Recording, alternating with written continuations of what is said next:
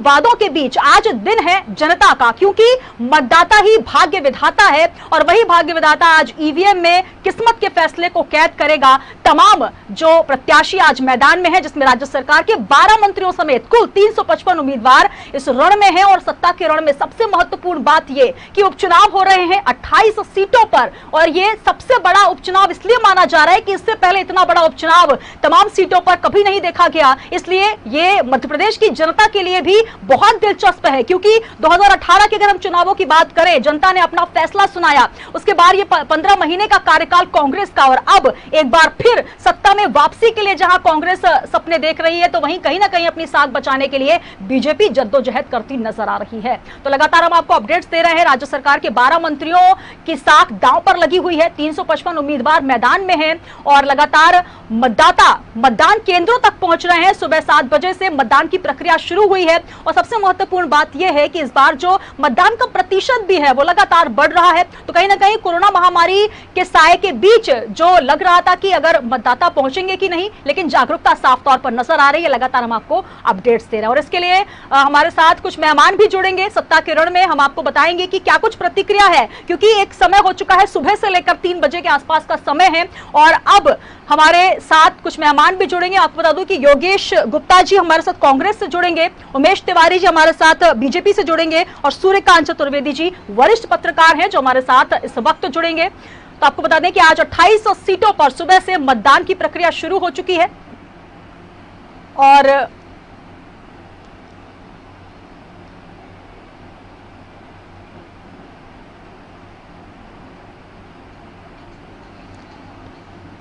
महामारी के साए के बीच मतदान का एक समय जो है उसको लेकर प्रतिक्रिया। हमारे साथ उमेश तिवारी जी जुड़ चुके हैं बीजेपी से। तिवारी जी, बहुत स्वागत है आपका।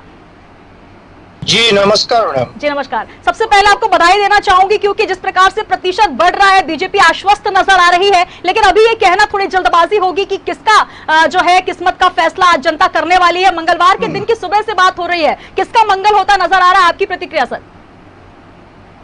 देखिए, भारतीय जनता पार्टी, हम तो चुनाव को चुनाव के तरीके से लड़ते। हम न तो कभी तो ईवीएम मशीन पे दोषारोपण करते, तो कांग्रेस का चाल चरित्र चेहरा दिखता रहता है। वो जब भी उनको हार का टिकरा फोड़ना रहता है, वो हारते हैं तो सीधे सीधे ईवीएम पे दोषारोपण करना प्रारंभ कर देते हैं। मेरा कहने का मतलब ये है कि आपने 15 माह की सरकार आपने मध्य प्रदेश में चलाए और आपने अपने मंत्रियों की ही बात नहीं सुने थे। आपने जो है ज्योतिराज सिंधिया जी की बात नहीं सुने। आपने उनसे बोला कि आप रोड पे, वो बोले कि हम रोड पे उतरेंगे, तो आपने बोला कि रोड पे उतर जाओ। जब आपने उनको रोड पे उतार दिया और अब चुनाव हुआ, चुनाव में भी आपको आपका भविष्य नजर आ रहा है। आज प्रातः काल से ही माननीय दिग्विजय सिंह जी जो शब्द बोले हैं कि ईवीएम में जो है आप देखो कि मिली भगत हो रही थी, ईवीएम में मिली भगत नहीं हो रही है। मिली भगत उनके जो है कारणों में दिख रही है, उनके कामों में दिख रहा है मिली भगत। आपने जनता को वचन दिया था, उस वचन को आपने भंग करने का काम मध्य प्रदेश में किया। आपने किसानों का कर्ज माफ नहीं किया। आपने युवाओं को जो है बेरोजगारी भत्ता देने का बात बोले थे, 4000 रुपए बेरोजगारी भत्ता देंगे, वो नहीं दिए। आपने गरीबों के लिए जो हम लोग संबल योजना चला रहे थे उसको बंद करने का काम किया। आपने जो गरीबों के लिए, जो बुजुर्ग हैं उनके लिए हमने तीर्थ स्थल का कार्यक्रम जो उसको आपने खत्म किया। आपने गरीबों के ऊपर आज नहीं, ये 70 सालों से कांग्रेस की देन है, 70 सालों से चोट करते आ रही है निरंतर गरीबों को। गरीबों के साथ धोखा करते आ रही है, आमजन के साथ धोखा कर रही है, युवाओं के साथ धोखा कर रही है। वो मध्य प्रदेश की जनता समझती है। आज 19 जिलों में 28 विधानसभा सीटों का उपचुनाव हो रहा है, उसमें भारतीय जनता पार्टी 28 सीटों ले आने की काम करेगी। बिल्कुल, तो 28 की 28 सीटें का दम जो है बीजेपी दिखाती हुई नजर आ रही है। हमारे साथ सूर्यकांत चतुर्वेदी जी वरिष्ठ पत्रकार है। सर स्वागत है आपका। नमस्कार जी बिल्कुल। बीजेपी से हमारे साथ उमेश तिवारी जी जुड़े हैं, उनकी बात आपने सुनी और सुबह से लगातार हम ये सुन रहे हैं कि बीजेपी जो है 28 की 28 विधानसभा सीटों पर जीत के लिए आश्वस्त नजर आ रही है। आप क्या कुछ कहेंगे? वोटिंग प्रतिशत जिस तरीके से बढ़ रहा है, क्योंकि कहा जाता है कि वोटिंग प्रतिशत अगर बढ़ता है, अगर जनता में जागरूकता दिखती है, तो कहीं ना कहीं एक संदेश जो है, एक इशारा नजर आता है। आपको क्या कुछ इस वोटिंग प्रतिशत से नजर आ रहा है? देखिए, सुबह से जिस हिसाब से मतदान शुरू हुआ, मतदान शुरू होने के बाद मतदाताओं में जो उत्साह दिखा है और उसी का परिणाम है कि शुरुआती 2 घंटे में जो मतदान का प्रतिशत रहा, उसके बाद धीमे धीमे 1 बजे तक 30 दिन से ऊपर हो चुका था और अब भी 2 घंटे और एक्स्ट्रा हो गए हैं, जी। तो अब मतदान प्रतिशत और तेजी से बढ़ रहा है। और जब 2 घंटे बचे हैं, 2 घंटे के बाद मतदान में तेजी आती है और मुझे लगता है कि आम चुनाव की तरह ही इस उपचुनाव में भी मतदान का प्रतिशत दिखेगा। हालांकि पहले अनुमान लगाया था कि कोरोना काल है, कोरोना काल के चलते इस बार मतदान कम हो सकता है, लेकिन जिस हिसाब ने शासन चुनाव आयोग ने मतदान प्रतिशत बढ़ाने के लिए लोगों में जागरूकता फैलाई है और लोगों को मतदान करने के लिए प्रेरित है क्या है, उसका परिणाम दिखना शुरू हो गया है। वही दूसरी बात जो आपने पूछी है कि मतदान प्रतिशत बढ़ता है तो इसका फायदा होगा।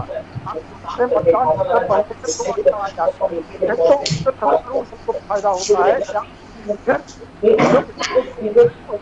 फायदा होता है, लेकिन इस तरह की इसलिए नहीं कही जा सकती है क्योंकि कांग्रेस और बड़ा मुकाबला देखने को मिला। तीसरा चुनाव के प्रत्याशी मैदान में उतरे हैं और स्वाभाविक रूप से जब तीनों दलों के बीच कई सीटों पर मुकाबले की स्थिति बनी है तो हर प्रत्याशी चाहता है, हर प्रत्याशी का समर्थक चाहता है कि उसके अधिक से अधिक मतदान हो और उनके कार्यकर्ता स्थान तक ले जाते हैं और उसका स्थान दिखता है। तो इसलिए अभी अनुमान लगाना यह कठिन है कि क्या होगा, लेकिन भाजपा के प्रवक्ता ने किस हिसाब से दावा किया है, मैं कहता हूं कि भाजपा हो, कांग्रेस हो, बसपा हो, जो भी राजनीतिक दल चुनाव लड़ते हैं तो इसी तरह के दावे करते हैं और दावे किए भी जाने चाहिए क्योंकि इस तरह के दावे उसके कार्यकर्ताओं में उत्साह भरने का काम करते हैं। जब कार्यकर्ता उत्साहित होता है तो और अधिक मन से मतदाताओं को बाहर निकालता है, मतदान करवा, उससे निश्चित रूप से मतदान का प्रतिशत बढ़ता है। और कांग्रेस के सभी इसी तरह के दावे करेंगे, भाजपा के तो कर ही रहे हैं, तो इसमें कोई नई बात नहीं है। लेकिन ये सब जानते हैं कि इस बार भाजपा और कांग्रेस के बीच कड़ा मुकाबला है और 28 सीटों का जो दावा भाजपा द्वारा किया जा रहा है वो अपने उनके पॉलिटिकल एनालिसिस हो या उनके दावे हो उस हिसाब से उनका ठीक है, लेकिन कोई भी दल खासतौर पर भाजपा और कांग्रेस पूरी 28 की 28 सीटें जीतने की स्थिति में इस समय नहीं है। जी बिल्कुल, साफ तौर पर कड़ा मुकाबला है, दिलचस्प मुकाबला है और लगातार इस पर आप भी एनालिसिस कर रहे हैं, विश्लेषण कर रहे हैं। हालांकि बीजेपी आश्वस्त बहुत नजर आ रही है, 28 की 28 सीटें जीतने का दावा जो है उमेश तिवारी जी कर रहे हैं। हालांकि अगर 28 सीटें आने की बात तो कहीं ना कहीं थोड़ी सी मुश्किल लग रही है, लेकिन असंभव राजनीति में कुछ भी नहीं होता और किस करवट उठ बैठेगा ये देखना बहुत दिलचस्प होगा। उमेश तिवारी जी, 28 सीटें का दावा आप कर रहे हैं, अगर बात की जाए कुछ पीछे चला जाए, 20 मार्च को कमलनाथ जी ने इस्तीफा दिया था, एक साथ पूरा जो कांग्रेस का कुनबा है वो टूटकर बीजेपी में आ गया, तो कहीं ना कहीं एक बड़ा यह मुकाबला देखा जाएगा। और सबसे जो महत्वपूर्ण अंचल माना जा रहा है ग्वालियर चंबल का अंचल, और अगर मंत्रियों की बात की जाए राज्य सरकार के 12 मंत्रियों की साख दांव पर लगी है। क्या लगता है तमाम सीटों पर जो मंत्री पहुंचे, तमाम स्टार प्रचारक पहुंचे, आप अपनी बात पहुंचाने में जनता तक कितने कामयाब नजर आ रहे हैं?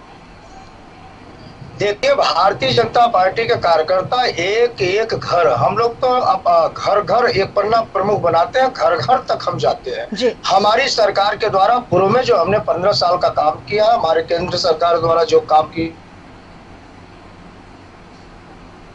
जी।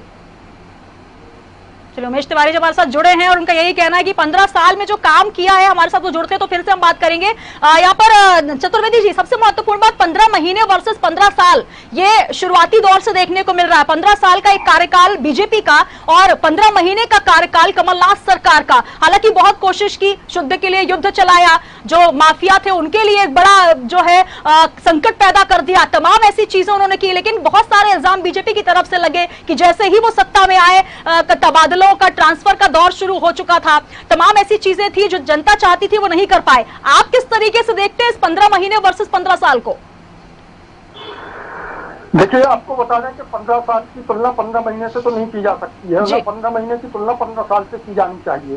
ठीक है, क्योंकि राजनीति में एक दूसरे पर आरोप प्रत्यारोप का जो दौर चलता है, उसी के तहत आरोप प्रत्यारोप का दौर चल रहा है। हाँ, लेकिन यह बात सत्य है कि कमलनाथ जी की सरकार 15 महीनों तक रही, उन 15 महीनों में कमलनाथ जी प्रदेश के खजाने को भरने में नाकाम रहे, वो आर्थिक व्यवस्था करने में सफल नहीं हुए और उसका परिणाम है कि उनके द्वारा जो महत्वपूर्ण योजनाएं का दावा किया गया था या जो लाभ देने के वादे किए गए थे, उन पर वो खड़े नहीं उतर सके हैं। और सबसे ज्यादा दिक्कत उनके साथ यह रही कि वो पैसों का इंतजाम नहीं कर पाए। पैसों के इंतजाम के अभाव में ना तो उन्होंने निकाय संबंधी योजना में जो 51,000 रुपए देने की घोषणा की थी, 15 महीने में वो किसी एक बच्ची के खाते में वो पैसा नहीं भेज पाए। युवाओं के लिए जो उन्होंने घोषणाएं की थी उस पर अमल नहीं कर पाए। किसानों के लिए जरूर उन्होंने प्रयास किए हैं और एक बड़ी राशि कर्ज माफी के रूप में उन्हें करनी थी, उस मामले में जरूर वो कुछ हद तक सफल रहे हैं। लेकिन कई और मामले हैं जिनमें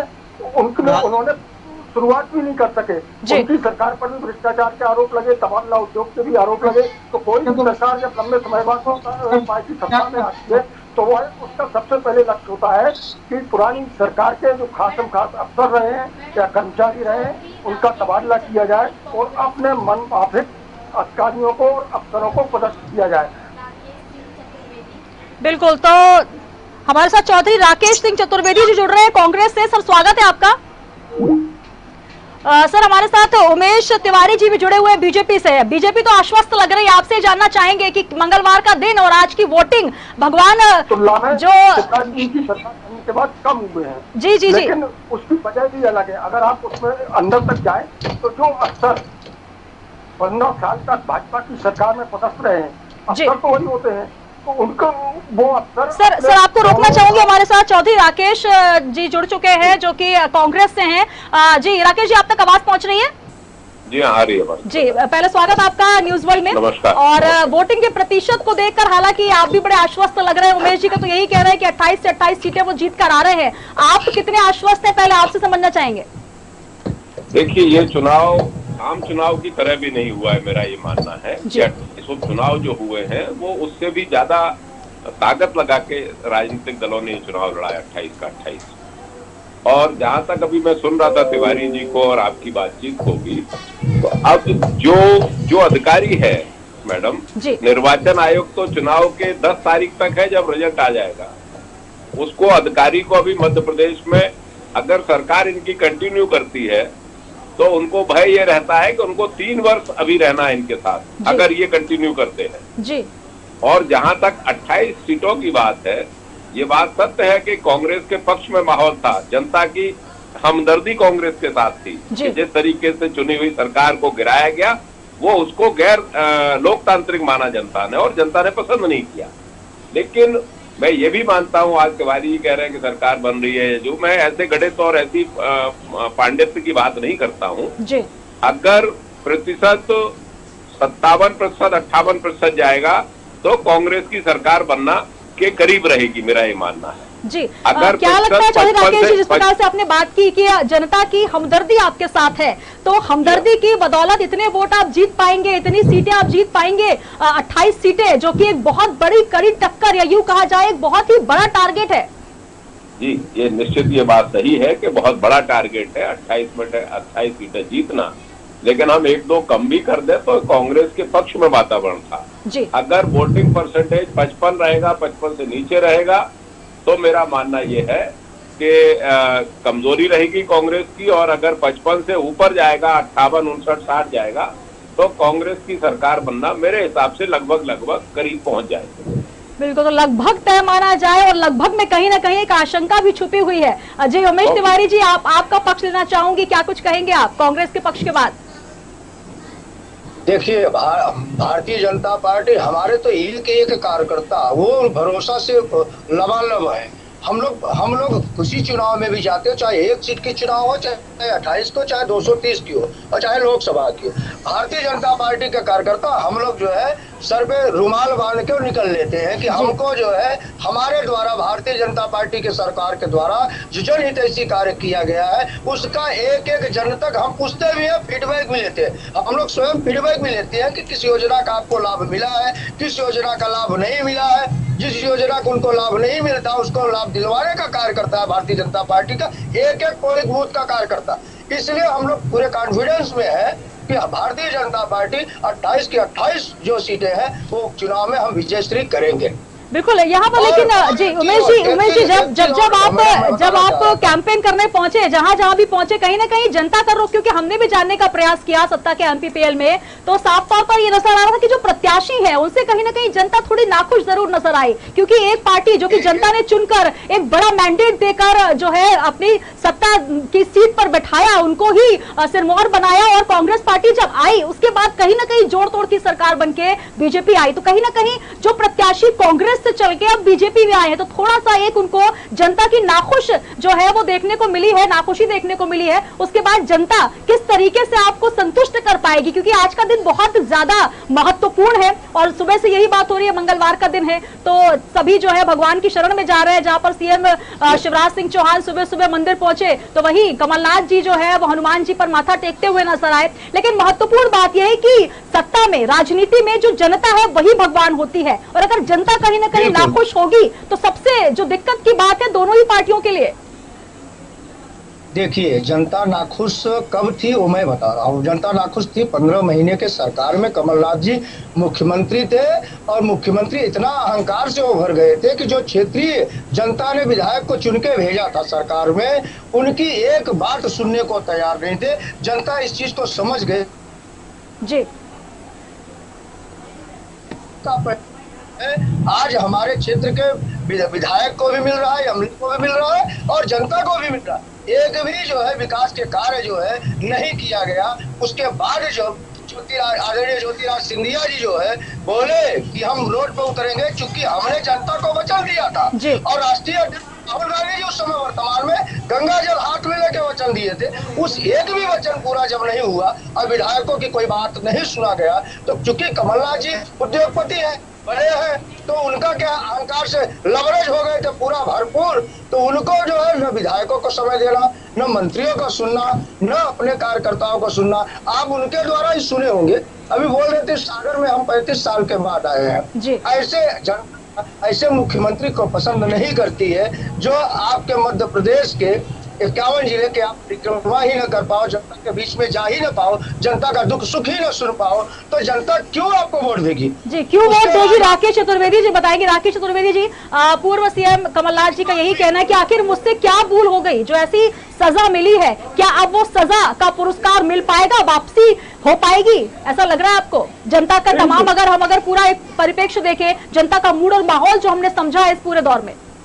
देखिए, 15 महीने की कमलनाथ जी की सरकार में उनको समय मिला 11 महीने का, और कोई एक चुनी हुई सरकार 5 साल के लिए होती है जी। और उन्होंने 11 महीने में जो काम करके दिखाए, उसमें मध्य प्रदेश का प्रत्येक इंडस्ट्रियलिस्ट उद्योगपति ये कहने लगा था कि इनके विचार, इनकी नीति अच्छी है, और उद्योग आगे बढ़ने भी लगे थे, और छात्र लोग तारीफ करने लगे थे। लेकिन वो समय उतना नहीं मिला है। आप किसी चीज को आप किस पैरामीटर में तोलना चाहते हैं? 11 महीने में वो व्यक्ति क्या कर देता, लेकिन 11 महीने में उस व्यक्ति ने उद्योग स्थापित करने के लिए काम बढ़ाए।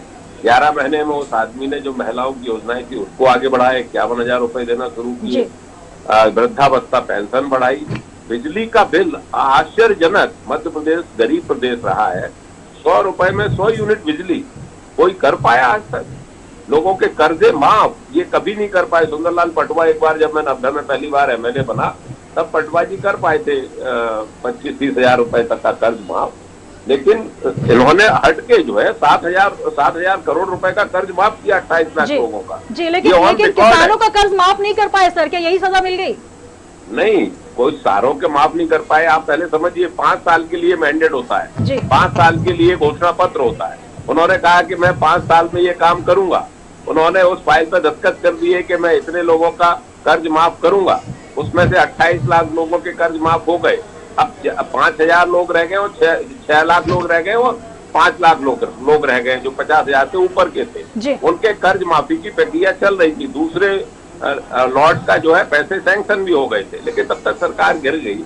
तो 11 महीने में आप क्या पूरे लोगों का सारे काम करवाना चाहते थे? आपने सरकार नहीं चलने दी, आपकी नीयत ठीक नहीं थी, जनता में दौड़ में आप पिछड़ गए थे, गिर गए थे, लंगड़े हो गए थे। शिवराज सिंह जी को नकार दिया था, बीजेपी की योजनाओं को नकार दिया था, बीजेपी की विचारधारा को नकार दिया था, लेकिन जो कूटनीति तरीके से, चालाकी तरीके से आपने खरीद फरोख्त करके, ये वो पार्टी है जो अपने आप को बहुत सुसंस्कृत पार्टी कहती थी, ये वो जी, पार्टी जी, है जो हाँ, अपने आप को बड़ी सर, त्यागी और तपस्वी कहती थी, जिसने खरीद के मध्य प्रदेश में किसानों की मंडी लगा दी। जी राकेश सिंह जी, लेकिन सबसे महत्वपूर्ण बात है कि पॉलिटिक्स में और राजनीति की अगर हम बात करें तो सब कुछ जायज ऐसा होने लगा है, क्योंकि जिस तरीके की भाषा का इस्तेमाल हुआ, जिस तरीके की कैंपेन हुई, जिस तरीके का स्तर राजनीति का दिखा है, खरीद फरोख्त हो, जो एक लगातार आपकी तरफ से वाक्य आ रहा था कि टिकाऊ चाहिए, बिकाऊ नहीं चाहिए, तमाम ऐसे जुमले निकले, लेकिन उन जुमलों का जनता पर क्या कुछ असर पड़ा? सूर्यकांत चतुर्वेदी जी, इस पूरे इलेक्शन के अगर हम जिक्र करें, टाइगर जिंदा से लेकर कुत्ते बिल्ली तक बात आ गई, मतलब ये स्तर जो हुआ है राजनीति का,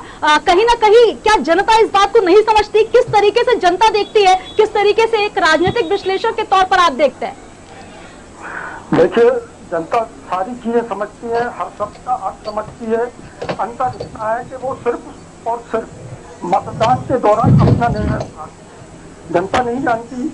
मैं तो यह कहूंगा कि राजनीति का एक उच्च स्तर बनाए रखना चाहिए, और ये सारा का सारा जिम्मा होता है राजनेताओं का, क्योंकि जब आप किसी भी सार्वजनिक जीवन में आते हैं तो आप जनता के आइकॉन बनते हैं, कार्यकर्ताओं के आइकॉन बनते हैं। अगर आपका वो आइकॉन बनना है तो आपको अपनी कार्यप्रणाली, अपनी शब्दावली, इन सारी चीजों का ध्यान रखना चाहिए। आपके कहे हुए शब्द से किसी को ना हो, इस तरह की चीजों का अगर आप ध्यान नहीं रखेंगे, स्वाभाविक रूप से जनता आपको अपना निर्णय अपने मताधिकार के माध्यम से सुनाएगी। लेकिन मैंने पहली बार देखा है मध्य प्रदेश में इतनी बड़ी सीटों पर एक साथ उपचुनाव हो रहे हैं, और यह उपचुनाव आप चुनाव की तरह ही लड़ा गया है दोनों दलों द्वारा।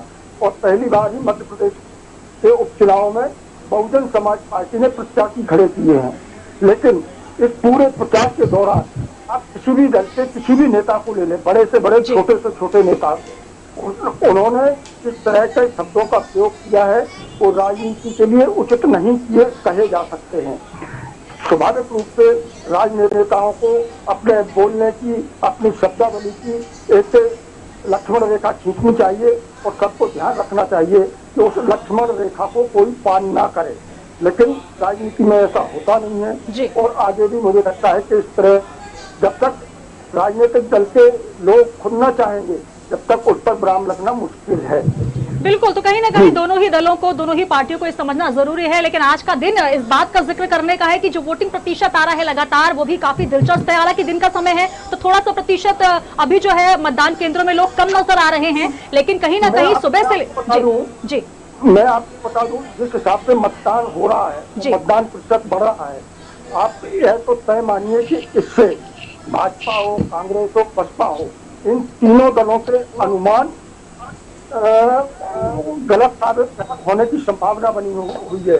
मुझे लगता है कि चौंकाने वाले परिणाम आएंगे, और यह आप तय मानिए कि पहली बार ऐसा हो रहा है कि मध्य प्रदेश में कई सीटों पर त्रिकोणीय चुनाव की स्थिति बनी है, और कड़े मुकाबले में नेता फंसे हुए हैं। मध्य प्रदेश सरकार के 12 में से 10 मंत्री इस बार 12 मंत्री कहे जाए, जिसमें से 2 लोगों ने अभी इस्तीफा देना पड़ा है तकनीकी कारणों से। तो मुझे कोई आश्चर्यजनक बात नहीं लग रही तो उन 12 में से 4 मंत्री इतने कड़े मुकाबले में फंसे हैं कि अभी उनके मामले में कुछ भी कहना मुश्किल है, और अंदाज लगाना भी मुश्किल है। और मुझे लगता है कि हमारे भाजपा के अगर प्रवक्ता हाथ रखकर कहेंगे तो वो सच सामने आ जाएगा, और कई जगह कांग्रेस को जहाँ मुश्किल का सामना करना पड़ा है, वही भाजपा को अपने असंतुष्ट नेताओं का सामना करना पड़ा है, और उसका हो सकता है कि प्रभाव इस मतदान पे आज दिखे, वो 10 तारीख को स्पष्ट रूप से परिलक्षित हो जाएगा। बिल्कुल, तो अप्रत्याशित चुनाव है और दिलचस्प चुनाव है। यहाँ पर कोई भी पार्टी हालांकि ये स्पष्ट नहीं कह सकती कि कितने जो है वो सीट हासिल करेगी। हालांकि बीजेपी पूरी तरह से आश्वस्त नजर आ रही है, और राकेश जी ने तो कह दिया है कि संभावना है, तो संभावना में कुछ भी हो सकता है। उमेश तिवारी जी, आपकी तरफ आना चाहूंगी। जिस तरीके के चुनाव हमने इस बार देखे, एक दल से दूसरे दल में जब नेता पहुंचते हैं तो कहीं ना कहीं उनके लिए भी बड़ी मुसीबत हो जाती है, क्योंकि एक पार्टी को आप कोसते हुए सालों निकाल देते हैं और फिर आप दूसरी पार्टी में पहुंचते हैं। कांग्रेस के जो 22 विधायक टूटकर जब बीजेपी में आए, तो अब जब उसी क्षेत्र में वो जाते हैं और अब बीजेपी के पक्ष में वोट मांगते हैं, तो कहीं ना कहीं उनके लिए भी बड़ी दिक्कत है। वैसा ही वही बात जो है सूर्यकांत जी कह रहे हैं कि अब एक कड़ी टक्कर भी देखी जा रही है, और कहीं ना कहीं जद्दोजहद देखी जा रही है। कई ऐसी सीट है, सावेर सीट को ले लीजिए, सांची सीट को ले लीजिए, कई ऐसी सीटें हैं जहां पर मंत्रियों की साथ दांव पर लगी है। कितनी सीटें ऐसी जो है वो आप बचा पाएंगे और जनता आपके साथ न्याय कर पाएगी? देखिए, मैं आपको एक चीज बताऊं, जिस दिन कांग्रेस की सरकार 2018 में बनी है, जनता से बड़े बड़े वादे किए गए थे। माननीय राष्ट्रीय अध्यक्ष कांग्रेस के राहुल गांधी जी यही जमुरी मैदान में एकदम ऐसा वचन दिए थे कि 10 दिन में यदि किसानों को कर्ज माफ नहीं होगा, युवाओं को बेरोजगारी भत्ता नहीं मिलेगा, तो कहे थे कि कांग्रेस कर्ज माफ नहीं, तो मुख्यमंत्री साफे नारा दिए थे 10 दिन में आप ध्यान देना। और जनता समझती है, जनता ने 15 माह तक इंतजार किया, प्रतीक्षा किया कि अब भी कमलनाथ जी के द्वारा जो है हमारे किसान भाइयों का कर्ज माफ हो जाए, युवाओं को बेरोजगारी भत्ता मिलना प्रारंभ हो जाए। जो जो वादे किए थे जनता ने सब किया है, ऐसा नहीं, ध्यान से, और जनता समझती है। उसके बाद की भी जनता ने देखा कि हाँ, हमारे जिनको मैंने भरोसा करके कांग्रेस में दिया था, विजयश्री का दिया था, हुए थे और पूर्ण बहुमत नहीं था, फिर भी सरकार आपने चलाया था, लेकिन आपने उन विधायकों के साथ धोखा किया। ये जनता समझती है। तो जनता आज ये भी समझती है कि भारतीय जनता पार्टी की सरकार है, भारतीय जनता पार्टी की सरकार जो है एक एक जन हितैषी कार्य कर रही है, एक एक जन हितैषी कार्य कर रही है। वो तो सोचे थे कि 65-70 सालों में कांग्रेस में हो सकता है कुछ सुधार हो, पिछली गलतियां को भूल के इस बार वचन दिए तो हो सकता है निभा दे, और नहीं निभाए। जनता ये भी समझ गई कि ये कभी निभाने वाले नहीं है, इसलिए जनता इस बार पुनः भारतीय जनता पार्टी के झोली में 28 सीट डालने का काम करेगी। अब रही बात, हमारे वरिष्ठ पत्रकार बड़े भाई हमारे बोले हैं, हाँ होता है, ये मैं स्वीकार करता हूँ। किसी भी दल से जो दल में आते हैं तो थोड़ा बहुत कार्यकर्ताओं के अंदर नाराजगी होती है, लेकिन भारतीय जनता पार्टी ही एक ऐसी पार्टी है कि नाराज कार्यकर्ताओं को भी हम मनाने का कार्य करते हैं। हमारे कार्यकर्ता सहज ही मान जाते हैं और पार्टी के लिए पुनः जो है वो मैदान में उतर जाते हैं। बिल्कुल, बीजेपी के लिए सर ये भी कहा जाता है उमेश जी की बीजेपी की पार्टी में बागी दागी जो भी आ जाए वो शुद्ध हो जाता है, पवित्र हो जाता है, ऐसा भी आपके लिए कहा जाता है। बात बागी की और दागी की नहीं है, बात अन्याय की है, बात अहंकार की है। आप अहंकार में जो है आप विधायकों से मिलने तक का आपके पास समय नहीं है। आप मुख्यमंत्री हो किसी प्रदेश के, आप 51 जिले का भौगोलिक स्थिति आपको नहीं पता है, आप भौगोल स्थिति वहां जाते नहीं हो।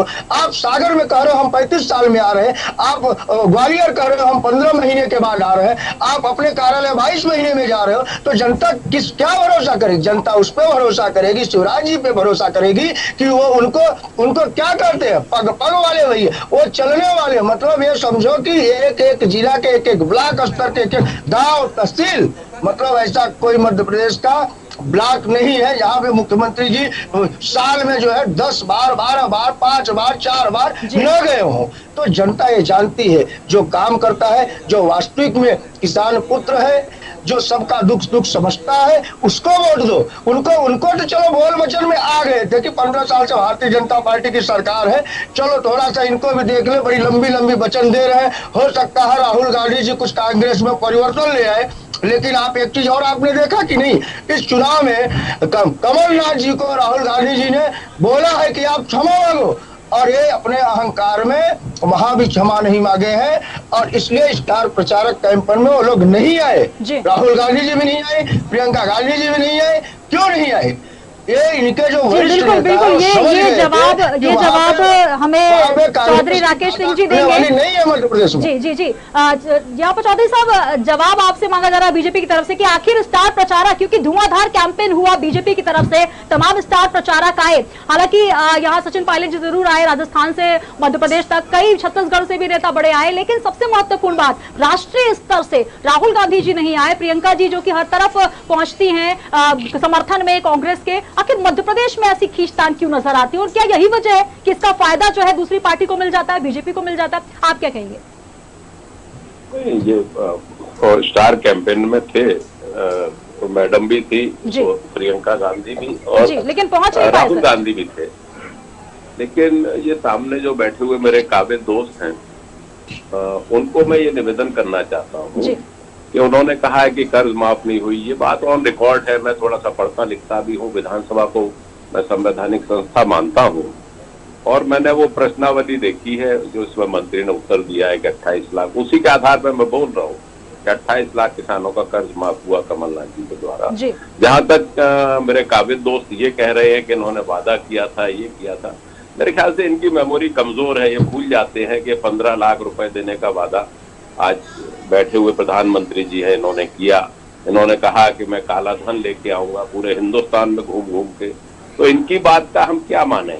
जी, लेकिन आपसे सवाल सर ये है कि राष्ट्रीय नेतृत्व और मध्य प्रदेश में कमलनाथ जी के बीच कहीं ना कहीं एक खींचतान, खटपट जो है कुछ बयानों से भी नजर आया। इमरती देवी के बयान को लेकर जहां राहुल गांधी जी ने कहा कि मुझे ये पसंद नहीं है व्यक्तिगत तौर पे, कमलनाथ जी ने जवाब दिया। सेम ऐसा ही जो था वो सिंधिया जी के समय भी हुआ था कि सड़क पर उतर जाइए। तो कहीं ना कहीं आपसी खींचतान का असर देखिए, इतना बड़ा असर है कि अब मध्य प्रदेश में ये मध्य अवधि के चुनाव हुए हैं, उपचुनाव तक पहुंचना पड़ गया। तो कहीं ना कहीं ये खींचतान जो है आपको कहां तक लेकर जाएगी, क्योंकि जनाधार कहीं ना कहीं खिसकता हुआ नजर आ रहा है और ये कांग्रेस के भविष्य के लिए भी कहीं ना कहीं दिक्कत का है। क्या समझते हैं आप इसके लिए? नहीं, किसी भी राजनीतिक दल के लिए सक्रियता बहुत जरूरी है, लेकिन जहां तक आपने जो सज्जन कह रहे थे कि माफी मांगने के लिए कहा राहुल गांधी जी ने कमलनाथ जी से, मैं समझता हूं आपने जो शब्द दोहराए हैं वो ठीक दोहराए हैं। उन्होंने कहा है मैं व्यक्तिगत तौर से इसके पक्ष में नहीं हूं, किसी महिला के खिलाफ ऐसे शब्दों का इस्तेमाल किया जाए। उन्होंने माफी के लिए नहीं कहा, लेकिन मेरी राय यह है कि जब राहुल गांधी जी ने वोट दिया था तो उसको वहीं पटाक्षेप कर देना चाहिए था।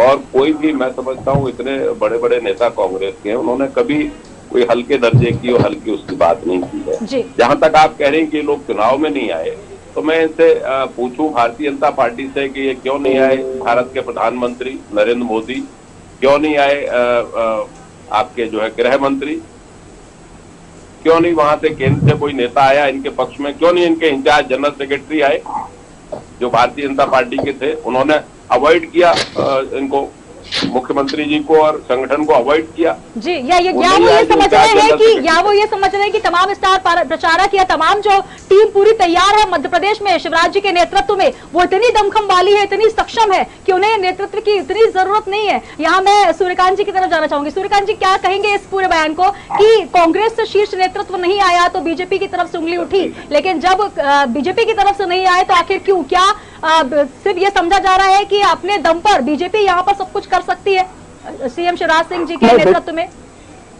नहीं, देखिए आपको बता दें, कहीं भी किसी भी प्रदेश में उपचुनाव होता है तो वहाँ किसी भी दल का राष्ट्रीय नेतृत्व प्रचार करने नहीं आता है जी। एक आध दो बिना उदाहरण छोड़ दिए जाए तो अधिकांश राज्यों में और अधिकांश उपचुनाव के मामलों में यही स्थिति रहती है।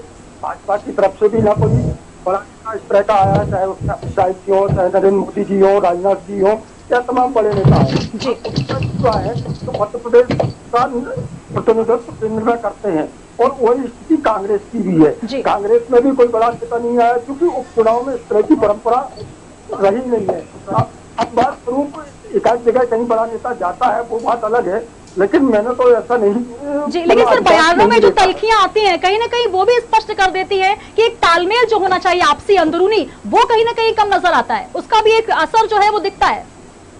वो दिखता है, जो बात सही है, लेकिन आपको एक चीज और बता दूं कि प्रचार के मामले में और नेताओं के मामले में कांग्रेस पर भाजपा भारी पड़ती है, क्योंकि भाजपा के पास कई नामी और बड़े चेहरे इस प्रदेश से हैं कि वो उनके अलावा किसी की जरूरत नहीं चुनाव में पड़ती है।